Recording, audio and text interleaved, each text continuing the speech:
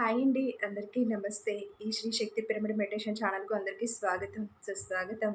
ముందుగా మనందరి గురువుగారైన బ్రహ్మర్షి పితామహ పత్రిజికిను, పత్రి మేడం గారికి నా ఆత్మపూర్వక ధ్యానాభివందనాలు తెలియజేసుకుంటూ, అలాగే వీక్షిస్తున్న వారందరికీ, ఇక్కడున్న ప్రతి ఒక్క ఆత్మస్వరూపులందరికీ కూడా నాకెవరైతే హెల్ప్ చేశారో, హెల్ప్ చేస్తూ వస్తున్నారో వారందరికీ, మా కుటుంబ సభ్యులకు కృతజ్ఞతలు, ధన్యవాదాలు తెలియజేసుకుంటూ, ఈరోజు ఈ ఎపిసోడ్‌లోకి మనం వెళ్ళిపోదాం.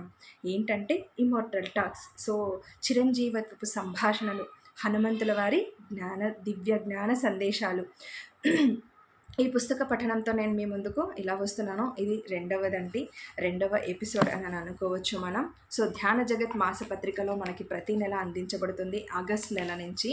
సో ఇది రెండవ నెల. ఇమ్మోర్టల్ టాక్స్ అంటే పైన చూడండి శూన్య అనేది ఉంది. సో ఇది రెండవ భాగం.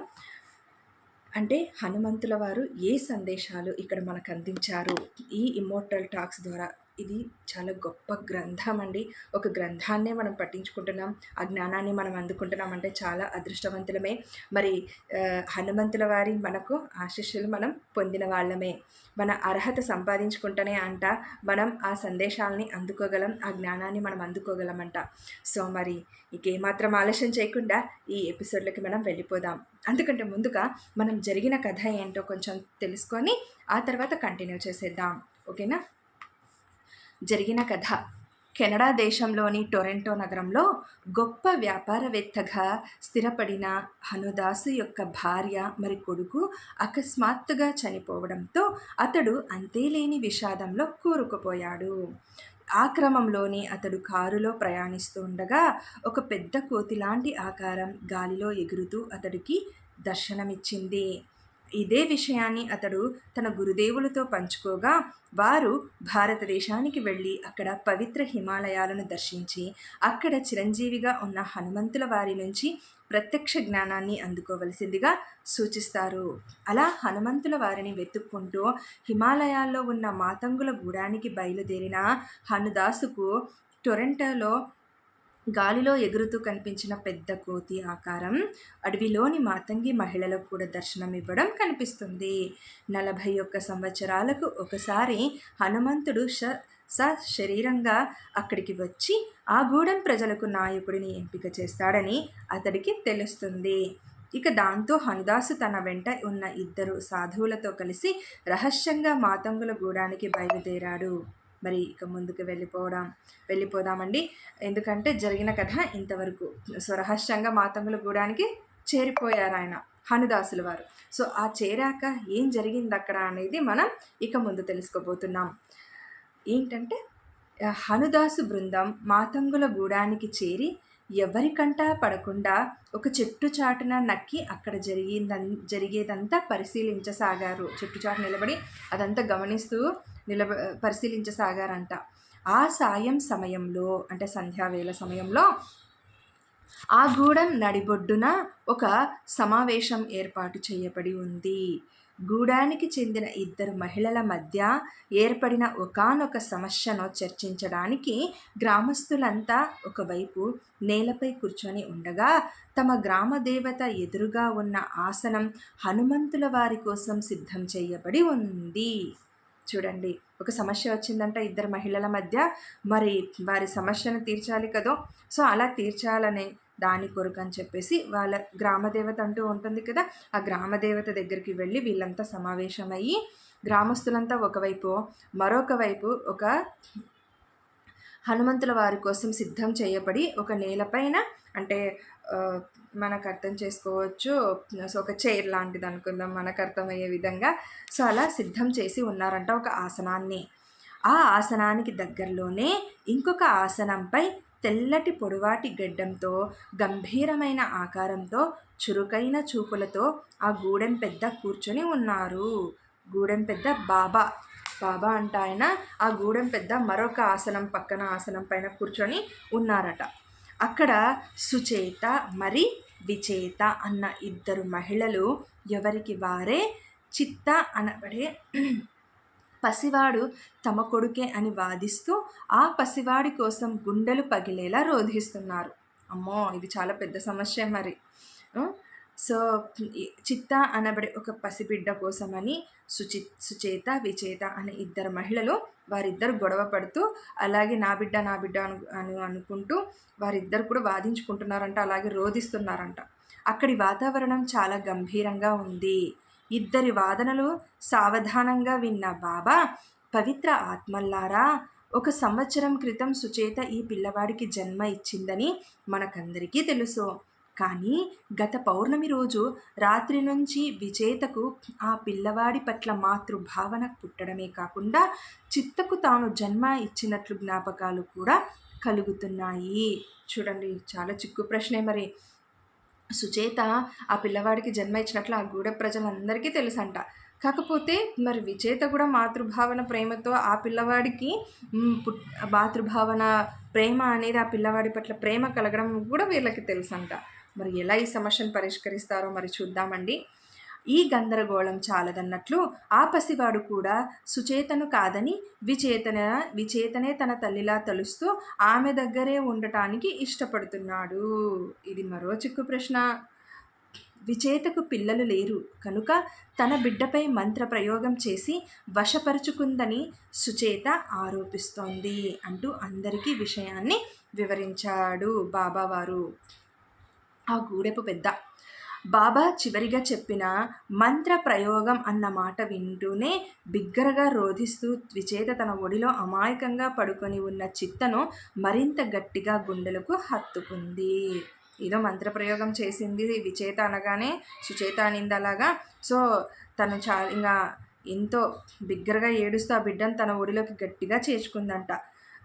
గూడానికి పెద్దగా మరి అనుభవజ్ఞుడిగా బాబా ఆ తల్లులు ఇద్దరి భావోద్వేగాలను అర్థం చేసుకోగలడు. కానీ ఆ సమస్యను పరిష్కరించడానికి ఆ అవగాహన సరిపోదు కనుక బాబా తన గొంతు సవరించుకుంటూ, ఫ్రెండ్స్ ఇక్కడ చూడండి, ఆ గూడపు ప్రజలంతా కూడా ఈ చెట్టు కింద సమావేశమయ్యారు. ఇలాగా ఇక్కడ చాలా చక్కగా చిత్రాలతో సహా మనకు వర్ణించి చెప్పారండి. ఇక్కడ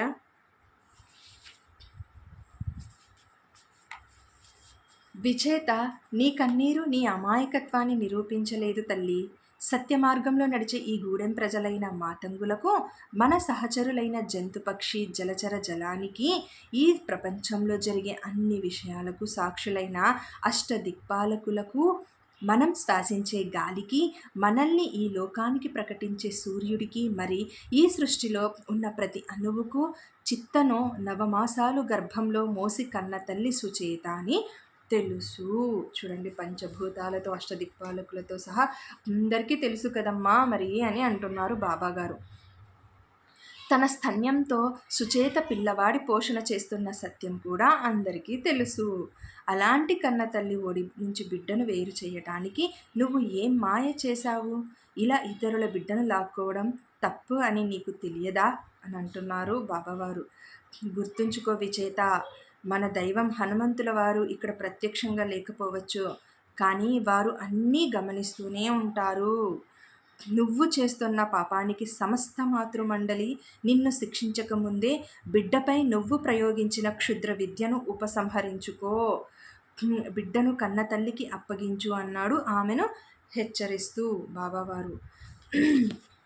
అక్కడ హనుమంతుల వారు లేకపోయినా వారు చాలా ఇష్టదైవంగా వారు కొలుస్తున్నారు కాబట్టి, ఎంతో నమ్మకంతో విశ్వాసంతో ఉన్నారు కాబట్టి హనుమంతుల వారంటే, సో ఆయన ఇక్కడ లేకపోయినా ఆయన అన్నీ గమనిస్తూనే ఉంటారు. మరి జాగ్రత్త, ఆ బిడ్డ పైన నువ్వు పెంచుకున్న ఆ ప్రేమను వదులుకొని ప్రయోగించిన క్షుద్ర విద్యను ఉపసంహరించుకొని కన్న తల్లికి అప్పగించు అని చెప్తున్నారు. బాబా మాటలకు అందరూ అవును అవును అంటూ తలలూపగా విచేత మాత్రం ఈ బిడ్డ నా బిడ్డే అంటూ హృదయ విదారకంగా రోదిస్తూ వెక్కిళ్ళు పడసాగింది. అది చూసిన బాబా భార్య మాత తన ఆసనంపై నుంచి లేచి వచ్చి విచేత ప్రక్కన కూర్చొని ఓదార్పుగా ఆమె వీపు నిమరసాగింది. బాబా భార్య ఉంటారు కదూ, మాత అని అంటారు ఆమెని, మరి మనం గౌరవించుకోవాల్సిందే కదూ బాబా గారి భార్యని. సో మరి ఆ విచేత ప్రక్కన కూర్చొని ఓదార్పుగా ఆమె వీపు నిమరసాగారంట. వీడికి జన్మనిచ్చిన తల్లిని నేనే, వీడు కళ్ళు తెరిచినప్పటి నుంచి వీడికి పాలిచ్చి పెంచుతున్నది నేనే, ఈ అడవిలోని అనేక ఆపదల నుంచి వీడిని కాపాడి వీడిని సాకుతున్నది నేనే. ఇదంతా మీకు తెలుసు, అయినా నాకు వ్యతిరేకంగా ఎందుకు మాట్లాడుతున్నారు అని అంటుంది విచేత. మాత, మీరే కదా నాకు పురుడు పోసింది. బాబా, మీరే కదా వాడికి చిత్త అని నామకరణం చేసింది. ఇవన్నీ ఎలా మర్చిపోయారు బాబా అంటూ దీనంగా చేతులు జోడించింది విచేత. ఇది చూడండి, ఇంకా మరో చిక్కు ప్రశ్న. మరి ఎలా తెగుతుందో, దీనికి సమాధానం ఎలా దొరుకుతుందో. విచేత మాటలు వింటూనే శివంగిలా మారిన సుచేత, దుర్మార్గురాలా, నువ్వు మాయలో జీవిస్తున్నావు. నీ పిచ్చి మాటలు కట్టిపెట్టి నా కొడుకును నాకు ఇవ్వు అని హూంకరించింది. సుచేత నిలువరిస్తూ, బాబా, ఒకవేళ ఏదైనా దుష్టశక్తి మన గూడెం మీద ప్రయోగించబడి ఈ సమస్యను సృష్టించిందా అన్నాడు మాతతో విచారించగా. సాక్షాత్తు హనుమంతుల వారే మనల్ని కాపాడుతూ ఉంటే ఏ దుష్టశక్తి మన గూడాన్ని తాకగలదు అంటూ ధైర్యం చెప్పిన మాత, ఈ సమస్య వల్ల మనందరి మతులు భ్రమించి ఉన్నాయి కనుక ఇప్పటికిప్పుడు దీనిని పరిష్కరించడం చాలా కష్టం. నిష్పక్షపాతంగా దీనిని పరిష్కరించే గొప్ప శక్తి వచ్చే వరకు వేచి ఉందాం అంటూ 2 చేతులు జోడించి ఆకాశం వైపు చూసింది మాత. మరి ఇది చాలా చిక్కు ప్రశ్ననే కదండి అందరికి, ఎవరికైనా కానీ.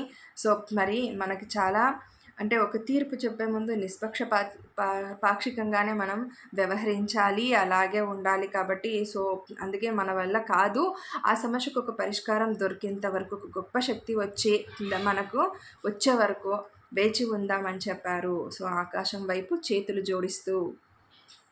అయితే దీనికి పరిష్కారం కోసం మనం మన పూర్వీకులను కలుసుకోవలసిన అవసరం ఉంది అంటూ బాబా సుచేత, విచేత మరి పసివాడు చిత్తలతో కలిసి గూడానికి దూరంగా ఉన్న కొండ శిఖరం వైపు కదిలాడు.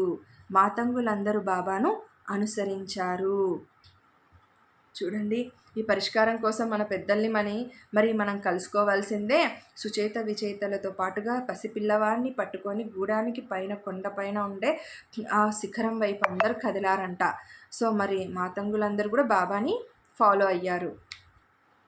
అప్పటి వరకు గూడెం సభలో జరుగుతోన్న ఈ తతంగాన్నంతా ఆసక్తిగా గమనిస్తోన్న హనుదాసు కూడా కుతూహలంగా 2 సాధువులను వెంటేసుకొని రహస్యంగా ఆ పూర్వీకుల కొండ దగ్గరికి చేరుకున్నాడు. ఈయన కూడా వాళ్ళని ఫాలో చేస్తూ వెళ్ళిపోయారు. 3 కలిసి, సాధువులు కూడా ఉన్నారు కదా హనుదాసుల వారితో కలిసి. సో వాళ్ళు 3 కలిసి వాళ్ళకి తెలియకుండా రహస్యంగా ఫాలోఅప్ చేశారు. అప్పటికే చుట్టూ చీకట్లు అలుముకున్నాయి. మాతంగులకు ఆ కొండ శిఖరం ఎక్కడం అలవాటు అయిన పనే అయినా చీకటి కావడంతో కొంచెం కష్టంగా మారింది. వృద్ధుడైన బాబా ఆయాసంతో కొండ ఎక్కలేకపోతున్నాడు. చీకటి సమయం కదండి, మరి అలవాటైనా కూడా కొంచెం కష్టంగానే ఉంటుంది ఆ కొండని ఎక్కడం. కాబట్టి బాబా వారికి అయితే చాలా కష్టమైపోయిందంట ఆ కొండను ఎక్కడం. ఇంతలో అక్కడ ఒక త్రాడు వ్రేలాడుతూ కనబడడంతో దానిని గట్టిగా పట్టుకొని అందరూ కొండపైకి చేరుకున్నారు. ఒక తాడు కనిపించిందంట అంతలోనే ఆ చీకట్లో మరి. సో దాన్ని గట్టిగా పట్టుకొని కొండపైకి చేరుకున్నారు. చివరిగా అక్కడికి చేరుకున్న బాబా అప్పటికే అక్కడ ఒక ఆసనంపై కూర్చొని ఉన్న హనుమను చూసి ఆశ్చర్యపోయారు. చూడండి, మరి వీళ్ళు ఆ కొండపైకి చేరుకునేటప్పటికీ హనుమంతుల వారు అక్కడ వేచి ఉన్నారు వీళ్ళ కొరకని. సో మరి ఆ తాడు ఎవరిదనుకుంటున్నారు? హనుమంతుల వారి తోక. ఆ తోకని ఆయన అందించారు వారికి. దాన్ని ఎంతో కష్టపడుతున్నారు వీళ్ళు అని చెప్పేసి ఆ తోక అందించి వారికి పైకి రావడానికి అలా సహాయం చేశారు. ఆ పిక్చర్ కూడా వేశారు ఇక్కడ చూడండి ఎంత దర్జాగా హనుమంతుల వారు ఇక్కడ కూర్చొని వారి తోకని ఇలా అందించారు వారికి కదూ. దేవా అంటూ ఆ దృశ్యాన్ని చూసి ఆశ్చర్యపోయారంట మరి బాబావారు. మరి ఆశ్చర్యం వేస్తుంది కదా ఒక్కసారిగా అలా చూసేటప్పటికి. అందులో ఎక్స్పెక్ట్ చేయని విషయం కదా ఇది. దేవా అంటూ కన్నీటితో తన పాదాలను అభిషేకిస్తోన్న బాబాను లేవనెత్తి హృదయానికి హత్తుకున్నారు హనుమంతుల వారు. ఆ మహాశక్తి సమక్షంలో తన శరీరంలోని బరువంతా దిగిపోయి తేలికైనట్లు అనుభూతి చెందారు బాబా. మరి అంతే కదా, పరిష్కరించలేని సమస్యను మనం పరిష్కరించాలనుకున్నప్పుడు ఎంతో భారంతో ఉన్న బాబా వారు ఇంకా హనుమంతుల వారు వచ్చేసారన్న ధైర్యంతో ఉండిపోయారు.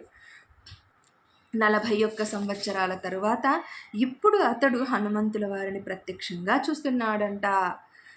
తాను యువకుడిగా ఉన్నప్పుడు ఈ గూడానికి తనను నాయకుడిని చేసి మళ్ళీ 41 సంవత్సరాల తరువాత వచ్చి కొత్త నాయకుడిని ఎంపిక చేస్తాను అని ఇచ్చిన మాట ప్రకారం దర్శనమిచ్చిన హనుమంతుల వారికి కృతజ్ఞతలు తెలియచేశాడు బాబా.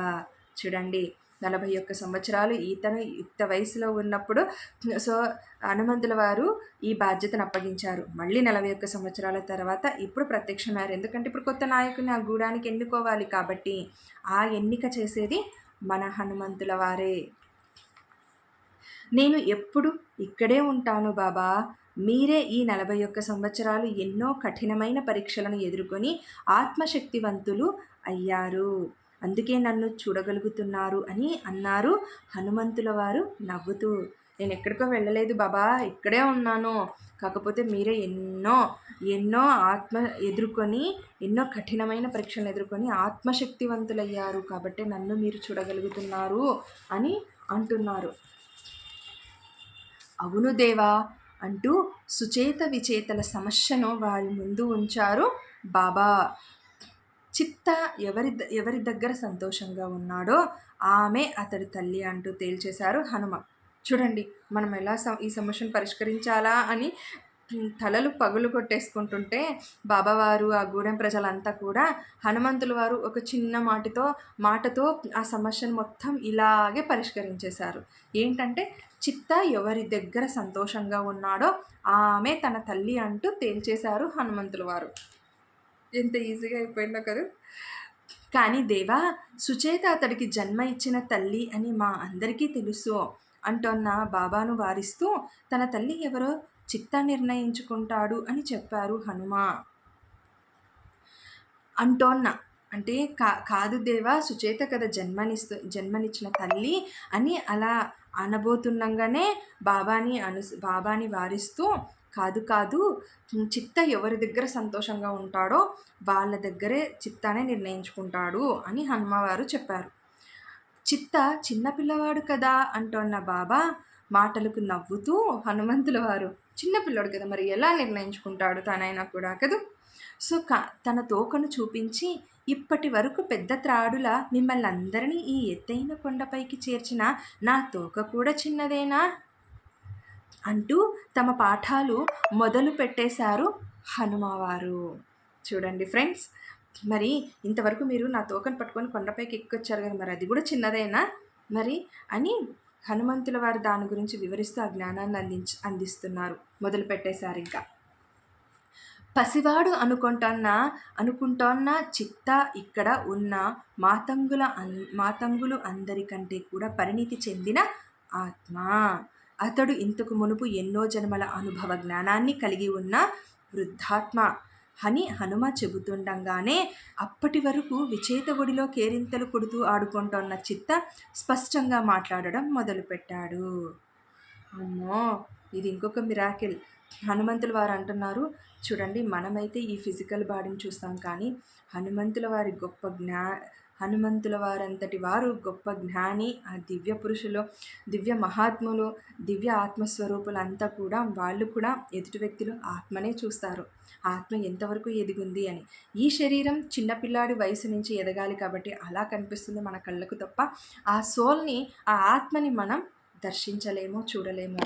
సో అదే చూడాలి, దాన్ని బట్టే డిసైడ్ అవుతుంది అని చెప్పారు హనుమంతుల వారు. అలా చెబుతూ ఉండగానే ఆ పిల్లవాడు చూడండి మాట్లాడడం మొదలు పెట్టేశారంట కేరింతలు కొడుతూ. నేను మాట్లాడుతున్నాడు ఎవరంటే ఇప్పుడు చిత్తా మాట్లాడుతున్నాడు. నేను నా గత జన్మలో ఒక సన్యాసిని. దైవాన్ని వెతుక్కుంటూ అన్ని ప్రదేశాలు తిరుగుతూ నేను ఒక ఎడారిలోకి ప్రవేశించాను. కాళ్లకు చెప్పులు లేకుండా కూడా ఆ ఎడారి అంతా తిరుగుతూ నిద్రాహారాలు లేక అలమటించాను. ఒకరోజు మిట్ట మధ్యాహ్నం ఎండలో దాహంతో నోరు పిడుచకట్టుకొని పోతూ ఉండగా ఆ ఎడారి సమీపంలో ఉన్న గ్రామానికి వెళ్ళాను. మళ్ళీ సన్యాసులు వాళ్ళంతా కూడా చెప్పులు లేకుండా అదంతా నడుస్తూనే ఉంటారు కదా. ఆ ఎడారి ప్రాంతంలో ఎలా ఉంటుందో చెప్పండి. మరి నీళ్లు దొరకవు, మరి గొంతు అంతా కూడా మనకి తడి ఆరిపోతుంది. సో అలా ఒక గ్రామానికి అలా నడుస్తూ దాహంగా ఉన్న ఆ క్షణంలో ఆయన ఒక గ్రామానికి వెళ్ళారంట. ఇది చిత్త చిత్త అనే పసిపిల్లవాడి గత జన్మ. చిత్త ఇక్కడ మనకు ఇలా వివరిస్తూ ఉన్నాడు తన గత జన్మ గురించి. అక్కడ ఒక పూరి గుడిసె ముందు ఉన్న ఒక చెట్టు క్రింద 10 ఏళ్ల పిల్లవాడు స్కూలుకు వెళ్లకుండా రాయి మీద పడుకొని ఏవో పగటి కలలు కంటున్నాడు. నేను వాడిని తట్టి లేపి మంచినీళ్ళు అడిగాను. అక్కడ ఒక పూరి గుడిసె ముందు ఒక చెట్టు క్రింద పిల్లవాడు స్కూల్కి వెళ్లకుండా రాయి మీద పడుకొని ఏవో పగటి కలలు కంటూ కూర్చున్నాడంట. ఆ పిల్లవాడిని తట్టి లేపి మంచినీళ్ళు అడిగారట చిత్త. వాడు గుడిసెలోకి వెళ్ళి కుండలో నుంచి గ్లాస్తో నీళ్లు తెచ్చేలోపే దాహానికి తాళలేని నేను కూడా ఆ గుడిసెలోకి వెళ్ళాను.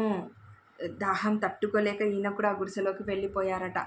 పేదరికం ముట్టిపడుతూ ఉన్న ఆ గుడిసెలో ఒక మూలన ఆ పిల్లవాడి తల్లి మూలుగుతూ పడి ఉంది. ఆ గుడిసెలో ఒక మూలన ఆ తల్లి పడుకొని ఉందంట, మూలుగుతూ. ఆమె దయనీయమైన పరిస్థితికి జాలిపడుతూ నేను నా దాహం సంగతి కూడా మర్చిపోయి ఆ గుడిసెను పరిశీలించసాగాను. ఒక మూల గోడకు హనుమంతుల వారి పటం తగిలించి కనిపించగా వెంటనే నేను చేతులు జోడించి ఆమెకు స్వస్థత చేకూర్చమని ఆయనను ప్రార్థించాను. చూడండి, ఆ గుడిసెలో ఒక మూలకి అంతా ఈయన పరీక్షించి చూస్తూ ఉండగా ఆ గుడిసెని అక్కడ ఒక మూలకి హనుమంతుల వారి ఫోటో కనిపించిందంట ఆయనకు. ఆ హనుమంతుల వారి ఫోటో కనిపించగానే ప్రార్థిస్తూ ఆమెకు స్వస్థత చేకూర్చమని ప్రార్థించారు. ఇంతలో ఆమె భర్త డాక్టర్ని తీసుకొని రాగా డాక్టరు ఆమెను పరీక్షించి ఇక కాసేపట్లో ఆమె చనిపోతుందని తేల్చేశాడు. అది విని ఆమె భర్త మరి ఆమె కొడుకు దుఃఖంలో కూరుకుపోగా ఎటూ పాలుపోని నేను ఆమెను ఆ దుస్థితి నుంచి కాపాడలేకపోతున్నా హనుమంతుల వారిని నిందిస్తూ నిర్జలీకరణం డీహైడ్రేట్ అయిన దేహంతో అక్కడే కుప్పకూలిపోయాను.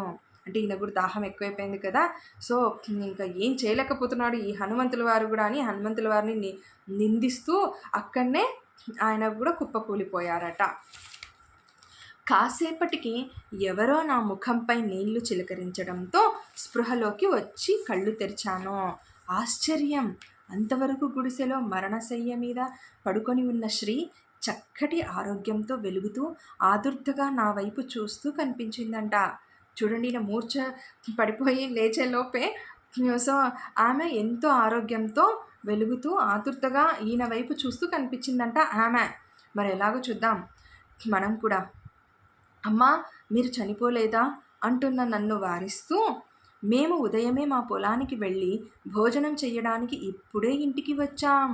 అయ్యో, మేము వచ్చేసరికి ఇదిగో నువ్వు మా ఇంటి ముందు కళ్ళు తిరిగి పడి ఉన్నావు అంటూ మంచినీళ్ళు గ్లాసు నా చేతికి ఇచ్చింది.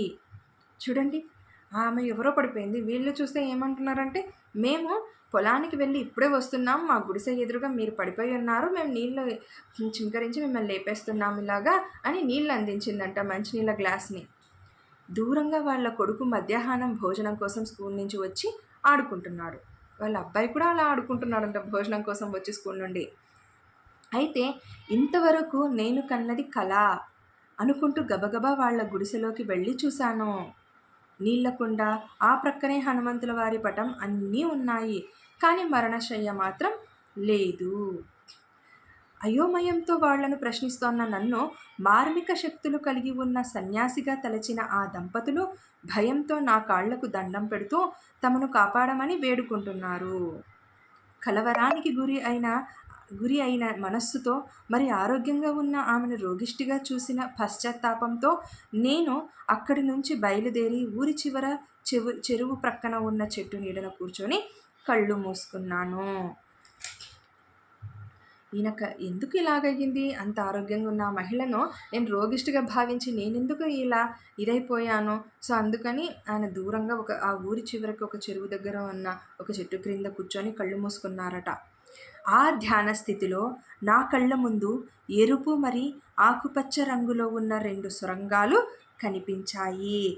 కుతూహలంగా ఎరుపు రంగు సొరంగంలోకి ప్రవేశించిన నాకు కాసేపటి క్రితం పూరి గుడిసెలో జబ్బుతో మరణించడానికి సిద్ధంగా ఉన్న మహిళ మూలుగుతూ మరి ఆమె భర్త కొడుకు దుఃఖంతో ఏడుస్తూ కనిపించారు.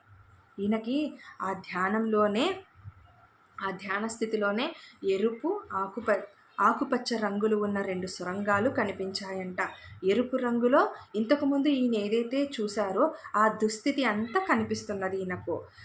అలా ఆమెను చూడటం బాధగా అనిపించి సొరంగం నుంచి వెనుతిరిగిన నాకు మార్గమధ్యంలో ఆకుపచ్చ రంగు సొరంగంలోకి ప్రవేశించే కూడలి ఒకటి కనిపించింది. అదంతా చూసి బాధ భరించలేక ఈయన వెనుతిరిగి వస్తుంటే మరొక సొరంగం కనిపించింది, ఆకుపచ్చ రంగు. ఆకుపచ్చ రంగు సొరంగంలోకి ప్రవేశించగానే ఈయనకి ఏం జరిగిందో చూడండి. ఆ కూడలి గుండా ఆకుపచ్చ సొరంగంలోకి ప్రవేశించిన నాకు ఆరోగ్యంతో ఉన్న స్త్రీ మరి ఆమె భర్త కొడుకు ఆనందంగా ఉండటం కనిపించింది. ఆకుపచ్చ రంగు సొరంగంలో ఇలా కనిపించింది మరి. కానీ నేను ఎరుపు రంగు సొరంగం తాలూకు బాధాకరమైన ఆలోచనను మోస్తూ అందులోకి ప్రవేశించడం వల్ల ఆ స్త్రీ ఆరోగ్యంగా ఉన్నా కూడా నాకు ఆనందం కలగడం లేదు. చూడండి, ఎంతో బాధాకరమైన ఆలోచనను మోస్తూ ఈయన ఆ సొరంగంలోకి వెళ్ళేందుకు ఆమె ఆరోగ్యంగా ఉన్నా కూడా ఈయనకు అలా కనిపించలేదంట. అప్పుడు నేను ఆ ఎరుపు రంగు సొరంగం నుంచి పూర్తిగా బయటకు వచ్చి ఆ జ్ఞాపకాలను బయటే వదిలేసి మళ్ళీ ఆకుపచ్చ సొరంగంలోకి వెళ్ళాను. స్వచ్ఛమైన మనసుతో ఉన్నందున నేను కూడా వాళ్ళ ఆనందంలో పాలు పంచుకున్నాను. సో ఫ్రెండ్స్, మళ్ళీ మన ఆలోచన మనసు తీరు ఎలా ఉంటే మనకి అలాంటి కలలే వస్తుంటాయి, అవునా, నిద్రలో. సో మరి ఇప్పుడు ఇక్కడ కూడా మనకు ఆ తేడా ఏంటో తెలుస్తుంది. మనం ఎంత సంతోషంగా ఆనందంగా ఉంటే ఆ రోజు ఏ కలలు కనకుండా హ్యాపీగా మనం నిద్రపోతూ ఉంటాం. అబ్బా ఈరోజు ఏం కల రాలేదు, హాయిగా ఉంది, మనసు ప్రశాంతంగా అని అనుకుంటాం కూడా. కానీ ఒక్కొక్కసారి మనం కలవరపడినప్పుడు, మనకు అనుకోని సంఘటనలు ఎదురైనప్పుడు, ఎక్కువగా విచారిస్తూ చేస్తూ ఉన్నప్పుడు కూడా అప్పుడు కూడా మనకి అలాంటి కలలే మనకు ఎదురవుతూ ఉంటాయి. మరి ఈయనకు కూడా అలాంటిది జరిగింది ఇక్కడ. అంటే జీవితంలో ఏ సంఘటన ఎదురైనా సరే అందుకు విరుద్ధమైన సంఘటన ఆ ప్రక్కనే వాస్తవీకరించబడి ఉంటుంది. అందులో ఏది ఎంపిక చేసుకోవాలి అన్నది మన స్వేచ్ఛాయుత ఎంపికపై ఆధారపడి ఉంటుందని నాకు అర్థమయ్యింది. మరి చూడండి ఫ్రెండ్స్, ఎవరైనా కానీ ఎరుపు రంగును కోరుకోం, పచ్చ రంగునే కోరుకుంటాం, అవునా? మరి మన స్వేచ్ఛాయుతమైన ఎరుకతో మనం కోరుకోవాలి అలాంటివి మార్గాన్ని. మరి సో అలా అర్థమైన వెంటనే నేను ఆ 2 సొరంగాలలో పరస్పర విరుద్ధాలుగా కనిపిస్తున్న 2 వాస్తవాలు అయిన సంతోషం మరి బాధ 2 కూడా మాయకు 2 ప్రతిరూపాలే అని తెలుసుకున్నాను. చూడండి, మళ్ళీ ఇంకొకటి బాంబు పేల్చేసినట్టుగా అయింది ఇక్కడ. సంతోషం మరి బాధ ఈ 2 కూడా మాయకు సంబంధించిన ప్రతిరూపాలే అట. మరి ఇక్కడ ఇంకా మనం ఎంత ఎరుగుతూ ఉండాలి. అందుకే సంతోషం మరి బాధ అన్న 2 రకాల మాయలకు అతీతంగా ఉండే మోక్షాన్ని పొందాలని నిర్ణయించుకోగానే హనుమంతుల వారు నాకు తమ చేతిని అందించి నన్ను ఆ జన్మలో నుంచి ఈ జన్మలో పడవేశారు. చూడండి ఫ్రెండ్స్, ఈయనకు ఆ ఎరుక రాగానే, అంటే సంతోషం మరి బాధ ఈ 2 కోణాల నుండి, ఈ 2 కోణాలు కూడా మాయలకు అతీతంగా ఉండి మనము మోక్షాన్ని పొందాలని నిర్ణయించుకోగానే హనుమంతుల వారు తమ చెయ్యిని అందించి ఆ జన్మ నుంచి ఈ జన్మకు ఇందులో పడవేశారంట. వెంటనే నేను చిత్త రూపంలో మాతంగుల బిడ్డగా జన్మించాను అని ముగించి మళ్ళీ విచేత ఒడిలో చేరి కేరింతలు కొట్టసాగాడు. ఆ గత జన్మ జ్ఞాపకాల నుంచి ఆయనంతా ఆ విశేషాలన్నీ చెప్పుకుంటూ వస్తూ మళ్ళీ చిత్త రూపంలో విచేత ఒడిలో చేరి కేరింతలు కొట్టసాగాడంట చిత్త. అందరూ నిశ్చేష్టులై చిత్త పూర్వజన్మ వృత్తాంతాన్ని విన్నారు. ఆ నిశ్శబ్దాన్ని ఛేదిస్తూ హనుమవారు ఇప్పుడు చిత్త ఎవరి దగ్గర ఉండాలి అని నిర్ణయించుకోవడానికి అతడి ముందు 7 వాస్తవాలు ఉన్నాయి. చూడండి ఫ్రెండ్స్, ఇప్పుడు చిత్త తను నిర్ణయించుకోవడానికి, అంటే తన డెసిషన్ తెలపడానికి తన ముందు 7 వాస్తవాలు ఉంచారు హనుమంతుల వారు. ఏంటంటే, మొదటి వాస్తవంలో సుచేత అతడి కన్న తల్లి మరి విచేతకు అతడి కోసం బాధపడడం లేదు. మొదటి వాస్తవంలో ఏముందంటే సుచేత అతడి కన్న తల్లినే, మరి విచేతకు అతడి కోసం బాధపడడం లేదు. రెండవ వాస్తవంలో సుచేత అతడి కన్న తల్లి మరి విచేత అతడి కోసం బాధపడుతోంది. కన్న తల్లి అయినా ఇక్కడ విచేత కూడా బాధపడుతుంది. రెండవ వాస్తవం. మూడవ వాస్తవంలో విచేత అతడి తల్లి మరి సుచేత బాధపడడం లేదు అని ఈయన అనుకోని అట్లా డెసిషన్ తీసుకోవాలని అర్థం. నాలుగవ వాస్తవంలో విచేత అతడి తల్లి మరి సుచేత అతడి కోసం బాధపడుతుంది. ఐదవ వాస్తవంలో సుచేత మరి విచేత ఇద్దరు బిడ్డను నెలలో 15 రోజుల చొప్పున తమ దగ్గర ఉంచుకుంటారు. ఒకరి దగ్గర బిడ్డ ఉన్నప్పుడు ఇంకొకరు అతడి కోసం బాధపడడం లేదు. అంటే ఇక్కడ ఐదవ వాస్తవంలో కొద్ది రోజులు, ఒక 15 రోజులు సుచేత దగ్గర, ఇంకొక 15 రోజులు విచేత దగ్గర ఉన్నప్పుడు ఈ వాస్తవాన్ని యాక్సెప్ట్ చేసి ఇంకొకరు అతడి కోసం బాధపడడం లేదు. ఆరవ వాస్తవంలో సుచేత మరి విచేత ఇద్దరూ బిడ్డను నెలలో 15 రోజుల చొప్పున తమ దగ్గర ఉంచుకుంటారు. ఒకరి దగ్గర బిడ్డ ఉన్నప్పుడు ఇంకొకరు ఆ బిడ్డ లేని బాధను అనుభవిస్తున్నారు. అంటే మరి నెల మొత్తం కావాలని ఏ తల్లైనా కోరుకుంటుంది, ఎప్పుడు తన బిడ్డ తన దగ్గర ఉండాలని కోరుకుంటుంది. కానీ 15 రోజులు అలా 15 రోజులు ఇలా అని ఎవరు కూడా పంచుకోరు కదండి. కాబట్టి ఒకరి దగ్గర ఉంటే ఇంకొకరికి బాధ అనిపిస్తుంది. ఇది ఆరవ వాస్తవం. ఏడవ వాస్తవంలో సుచేతకు మరి విచేతకు ఇద్దరికి బిడ్డ పట్ల ఎప్పుడు మరి ఏడుపు మరి బాధ లేవు. ఎవ్వరు బిడ్డ కోసం గొడవ పడడం లేదు.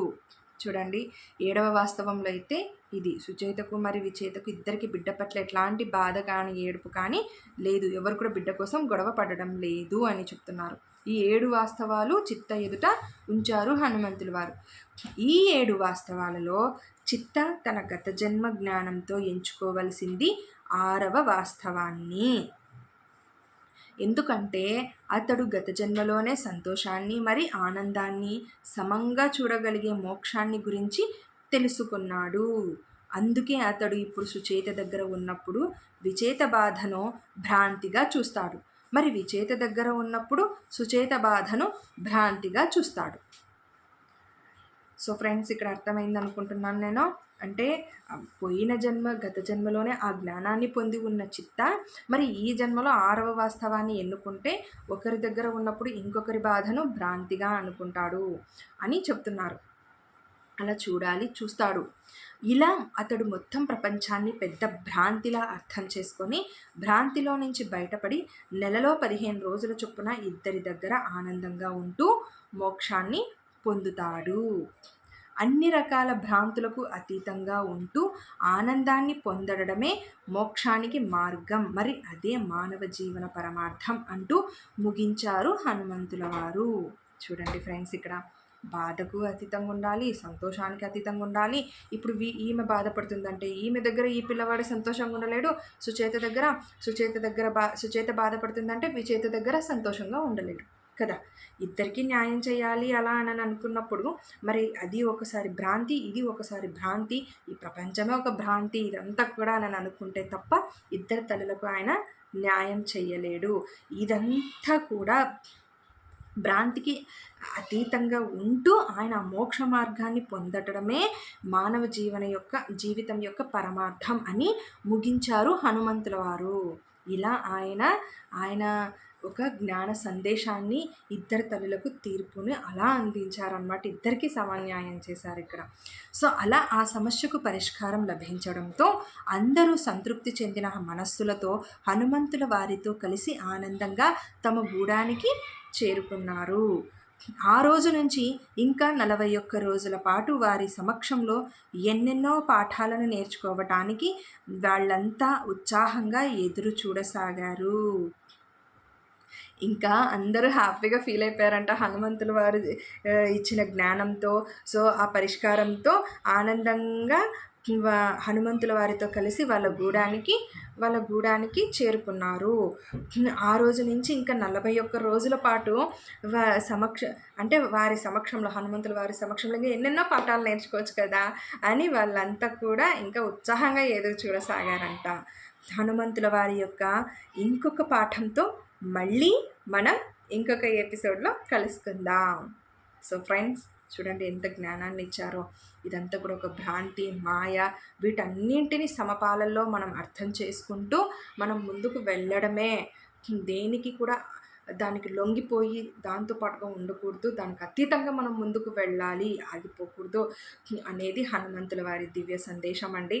సో ఇది ఈ ఎపిసోడ్లో హనుమంతుల వారి యొక్క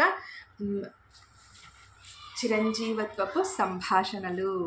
ఓకే ఫ్రెండ్స్, మరి thank you so much. So మా ఈ శ్రీశక్తి పిరమిడ్ మెడిటేషన్ ఛానల్ని లైక్ చేయకుండా, షేర్ చేయకుండా, సబ్స్క్రైబ్ చేయకుండా అసలు ఉండకండే. పక్కనున్న బెల్ ఐకాన్ని ప్రెస్ చేయండి. ఇలాంటి జ్ఞానవంతమైన వీడియోస్ మీ ముందు మళ్ళీ ఇంకా వస్తాయి. Thank you. అలాగే మీ అభిప్రాయాల్ని కామెంట్స్ రూపంలో తెలియచేయడం మర్చిపోకండి. ఎందుకంటే మీ అభిప్రాయాలతోనే నాకు ఎంతో ప్రోత్సాహం లభిస్తుంది కనుక thank you so much. Thank you.